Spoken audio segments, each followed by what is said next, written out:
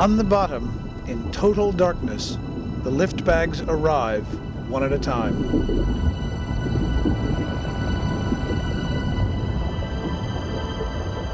There are dozens of ropes, each a potential snare for Nautile's propellers. Inside Nautile, Nargeolet and his team are always on the lookout.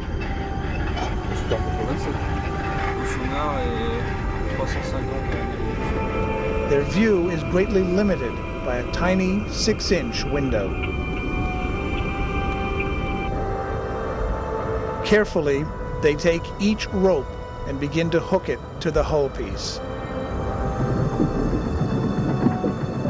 Rigging the piece will take several days of intense work under hostile conditions.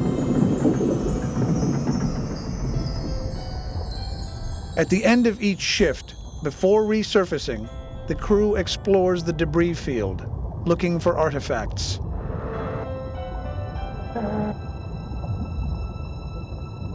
Today, Nargeolet makes an amazing find. Among cups and saucers, he discovers a very personal item.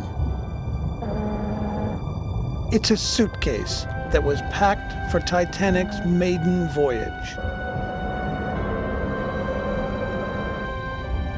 What part of Titanic's story will this case tell?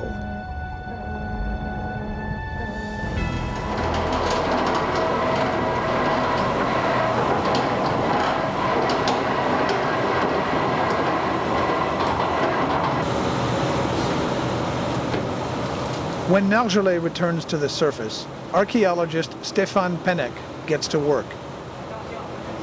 We did start working on the artifact from the wreck of the Titanic in '87.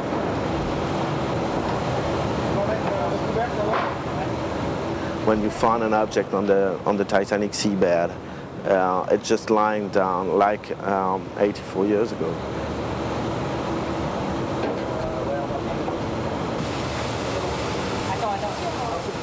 There's nothing changed on it.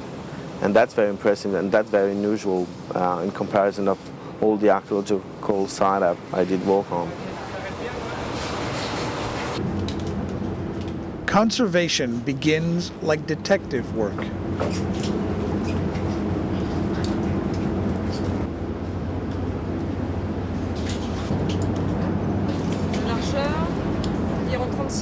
Pennek's partner, Martine Plantec, measures the suitcase and explores the contents.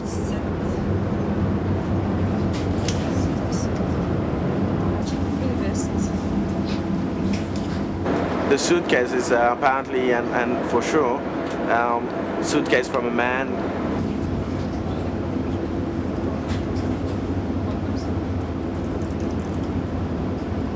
And there's every clothes that you could expect. 4 pants, 3 shirts, 2 jackets, 2 pair of gloves. The clothing style suggests third class. The passenger was of average weight and build. Sharp folds and creases in his clothing show an attention to detail. When you excavate and you find something, you're just thinking about what happened at that time and who was that guy who packed so well his luggage and all his pants and suit. And when you start thinking about it, it's very emotional, it's very sensitive.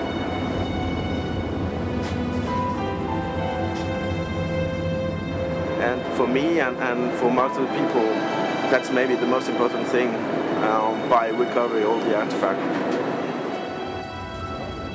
When the initial investigation is over, the bag is repacked for further restoration in Pennek's lab in France.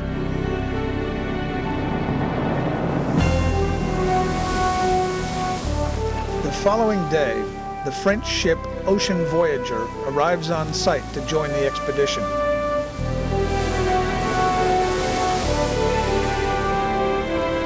She's carrying precious cargo.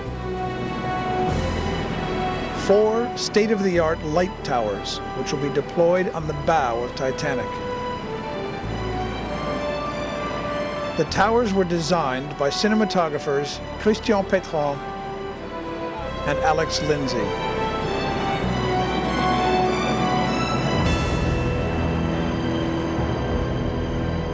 With the light towers, scientists, engineers, and archaeologists will have a new research tool.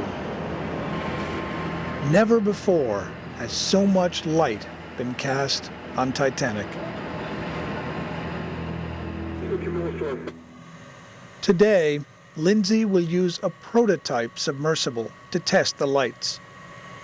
It's incredible, this system. The sub can go to depths of more than 3,000 feet. Yes.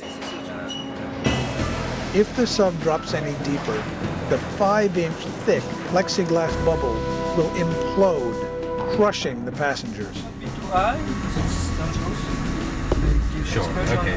Risk, Yeah. and not too low. This morning, there's some concern among the crew.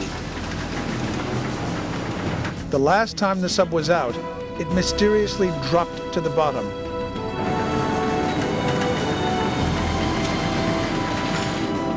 Luckily, the water was shallow.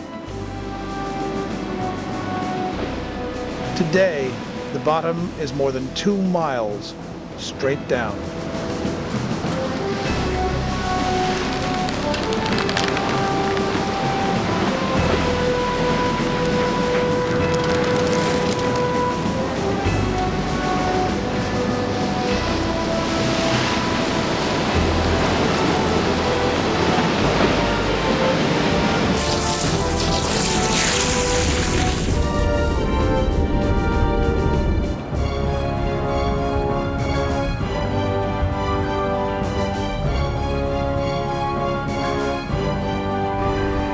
This is a fantastic submarine.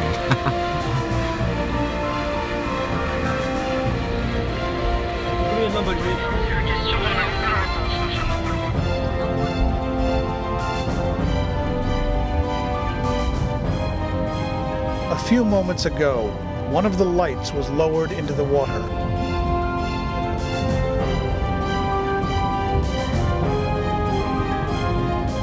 The tower weighs 3 tons, and a single lift bag struggles to keep it from sinking.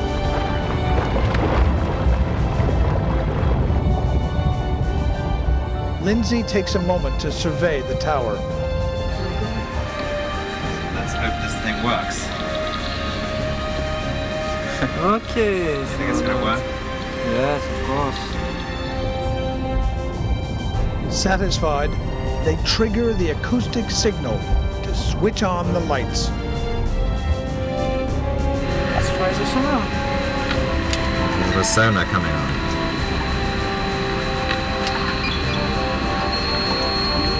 It's like being in a James Bond movie, I think. Well, there, c'est bien.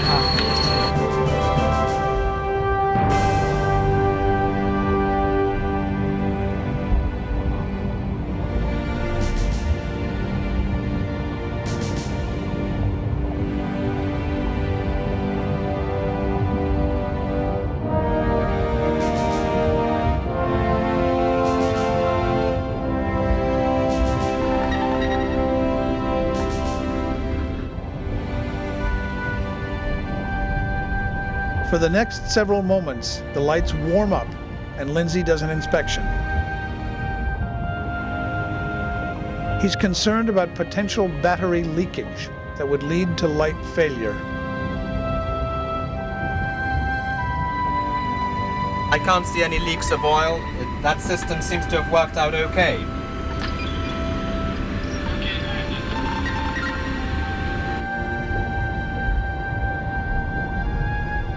Well, it's great to see them working. There's one lamp which has a problem, but these have been a real labor of love, these lights, and it's good to see them working. Of course, the real test will be at 4,000 meters on Titanic.